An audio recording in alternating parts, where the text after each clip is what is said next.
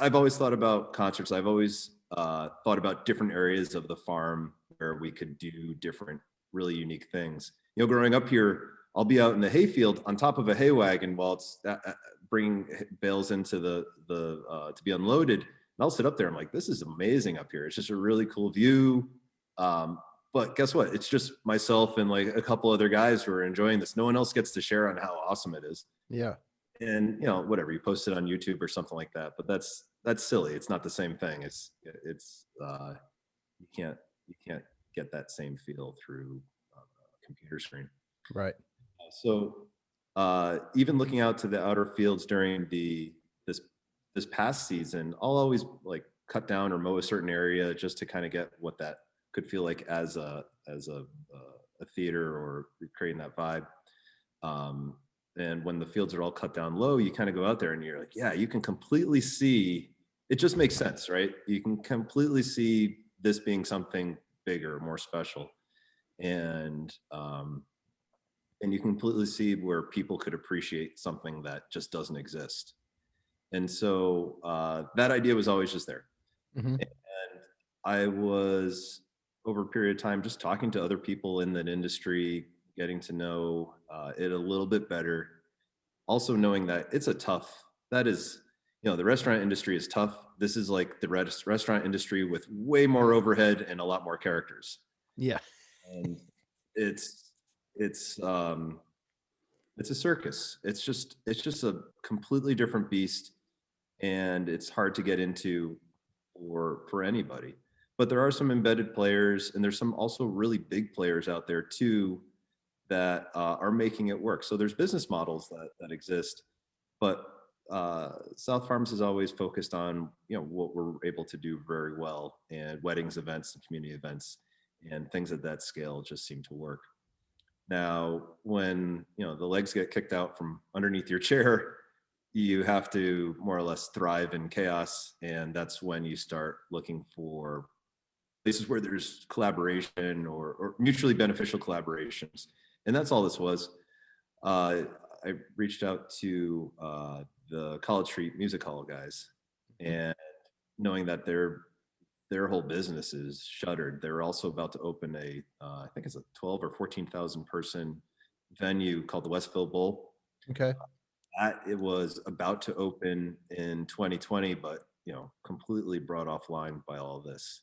So they had all this talent, schedules, tools, infrastructure, everything, just sitting there. And more or less, we got onto the same page to do a 2020 experiment, try something that hasn't been done before anywhere. There wasn't a playbook to go by. You just had to have things and make a lot of fast calls.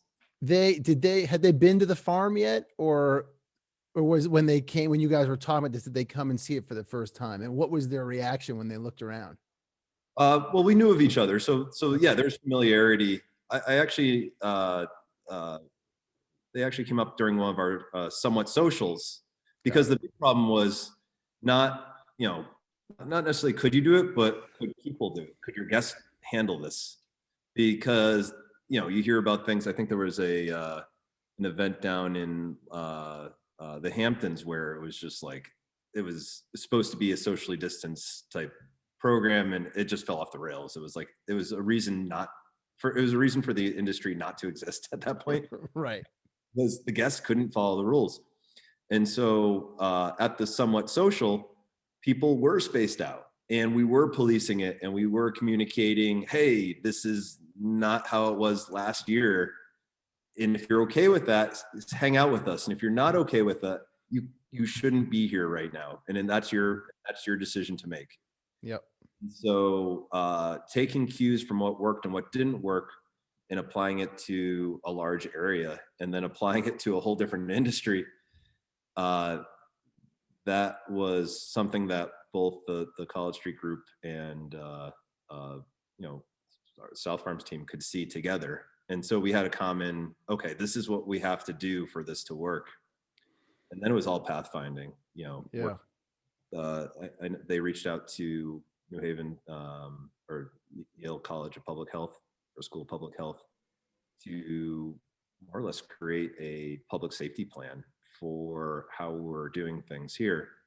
And we had to negotiate, but not negotiate. We had to pretty much do what they said. We had to say, yes, thank you, and pretty much adhere to this. We took their strictest guidelines. Mm-hmm.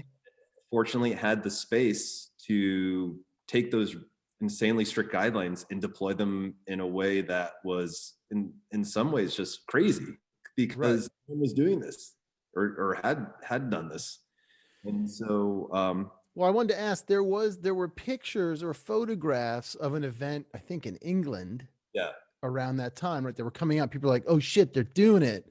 Was that right as you guys started? Did you start finding those like, oh, look, this can be done and let's do it better or different or the same or whatever?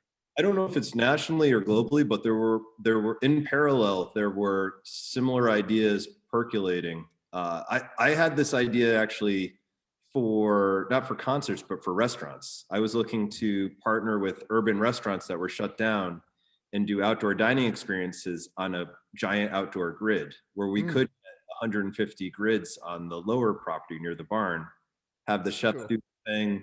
We would all be it would all be deployment based. So you have your phone would be located to a table, and you can more or less ping your order that would be driven to your location. Mm, And that was the original concept that really just the restaurant industry was just so shooken up that like I couldn't find a partner to make that happen. yeah. And what we did is apply this exact concept out into the field for concerts. There's less motion in some ways. Once you're there, you're there to listen to music. Yeah. Uh, we could put in a lot more restrictions. There's challenges too, because you have added levels of security and you have to worry about different things. But Yeah. taking that same idea, so yeah, that idea that came out of England was really cool, and essentially the same thing in many ways.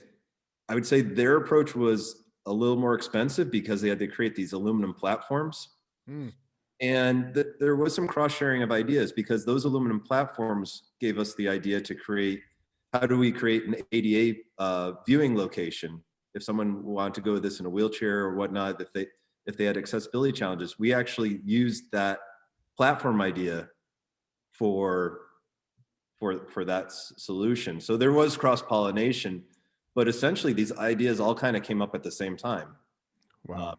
Rigid structure, lots of pre-planning, probably an insane amount of pre-planning. And while the word started getting out of what we were doing and it being successful, and we were able to pull this off, I remember UConn called me to ask like, hey, can we pick your brain on doing this? And I'm like, yes, if you want, because the colleges wanted to do like a fall fling kind of thing. Sure. And my feedback was, I honestly don't know if you guys can do it. And it's just really hard.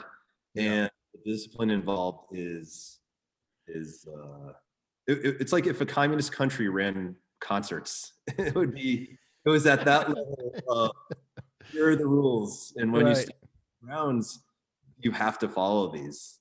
And there was zero slip, zero tolerance. If we messed up once, it was over.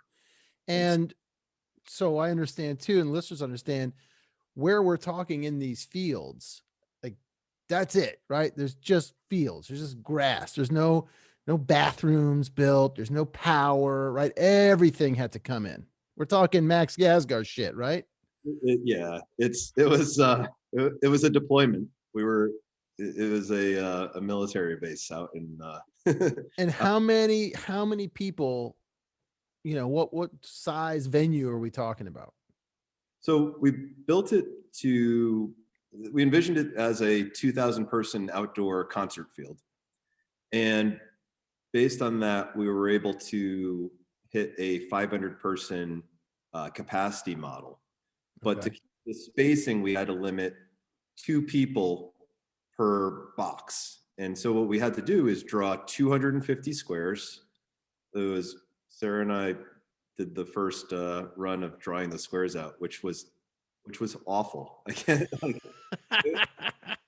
It was like one of those days. It was like 95 degrees out, Oh, and Jesus. it was hell. You just had to get it done, but it Yep. was I think I blocked it from my mind until you just mentioned it.